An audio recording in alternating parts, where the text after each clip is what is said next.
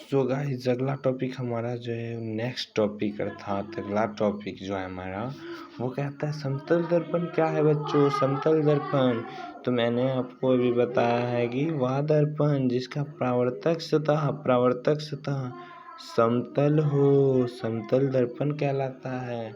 अर्थात हम कह सकते हैं जैसे इसका जो परावर्तक सतह क्या है बच्चों, समतल या रिफ्लेक्शन होगा उसको दर्पण कहेंगे, मैंने आपको पीछे बताया।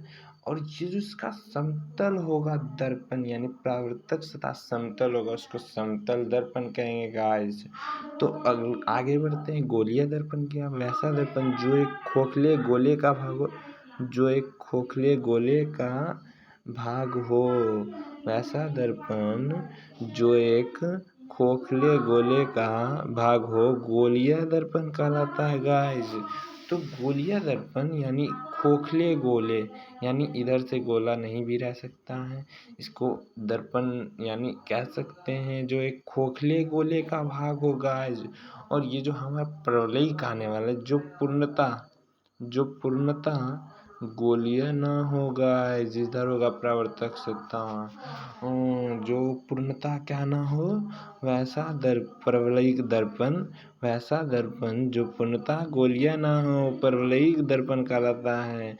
गाइस अभी मैं आपको सारी चीज़ बता रहा हूँ, वीडियो को बगैर लाइक किए हुए मत जाना, नहीं तो मेरे दिल पे बहुत गहरा सदमा आने वाला है। गोलीय दर्पण मुख्यतः कितने प्रकार के, 2 प्रकार के, उत्तल दर्पण और एक होता है अवतल दर्पण। हमारा अगला topic next topic and last topic is समतल दर्पण के गुण, properties of plane mirror. Properties of plane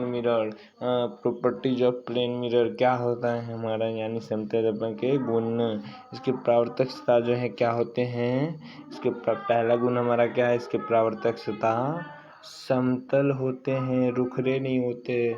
और हमारा अगला जो है समतल दर्पण का आवर्धक क्षमता +1 होता है। समतल दर्पण का फोकस दूरी अनंत यानी इन्फिनिटी होता है। दो समतल दर्पण को परस्पर एक समानांतर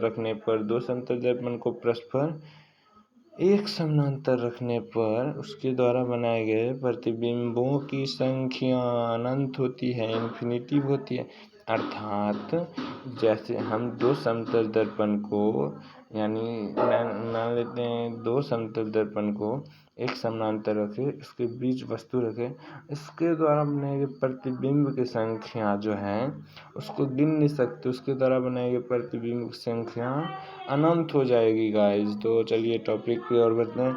समतल दर्पण में जितनी दूरी पर वस्तु है उतनी दूरी पर प्रतिबिंब बनेगा, अर्थात V = U। समतल दर्पण में जो है, मतलब मान लेते हैं यहाँ पे वस्तु है तो इतनी ही दूरी पे जो है प्रतिबिंब भी बनेगा, अर्थात U = V। यानी 5 मीटर की दूरी पर यदि वस्तु है, 5 मीटर की दूरी पर प्रतिबिंब भी बनेगा गाइस। हाँ, ये बात याद रखना। समतल दर्पण हमेशा सीधा प्रतिबिंब बनाता है, समतल दर्पण हमेशा काल्पनिक प्रतिबिंब बनाता है। तो एक बात याद रखिएगा गाइस, यदि वास्तविक बन रहा है प्रतिबिंब तो वह हमेशा उल्टा प्रतिबिंब होगा गाइस, उल्टा प्रतिबिंब। यदि सीधा बन रहा है तो आभासी अर्थात काल्पनिक प्रतिबिंब बनेगा गाइस। ये बात आप मत भूलना गाइस, ये आभासी यानी काल्पनिक प्रतिबिंब बनेगा। तो अब मैं आपको एक इम्पोर्टेंट बात बता दे रहा हूँ कि यदि आपको ये सारे PDF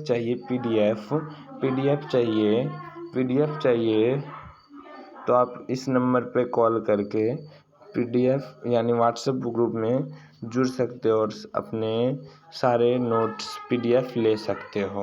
अब यहाँ पे बिल्कुल फ्री मिलेंगे, यदि आपका मन हो, या मतलब आज एक तरह से बिल्कुल फ्री मिलेगा PDF। ठीक है गाइस, इस नंबर पे कॉल करके अपना PDF जो है व्हाट्सएप ग्रुप में जुड़ जाए, क्लास 10th के व्हाट्सएप ग्रुप में जुड़ जाए। ऑल सब्जेक्ट की जानकारी दूंगा मैं आपको बिल्कुल फ्री।